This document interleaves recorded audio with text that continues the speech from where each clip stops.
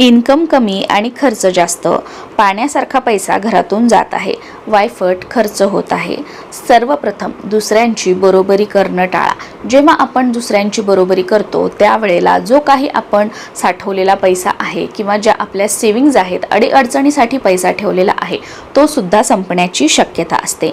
Number 2, अन्न हे पूर्ण ब्रह्म आहे। जेवण करताना जेवढंच अन्न हवंय तेवढंच ताटामध्ये वाढून घ्या। खरकट अन्न ठेवू नका आणि ज्या ताटात आपण जेवण करतोय त्याच्यामध्ये हात धुवू नका।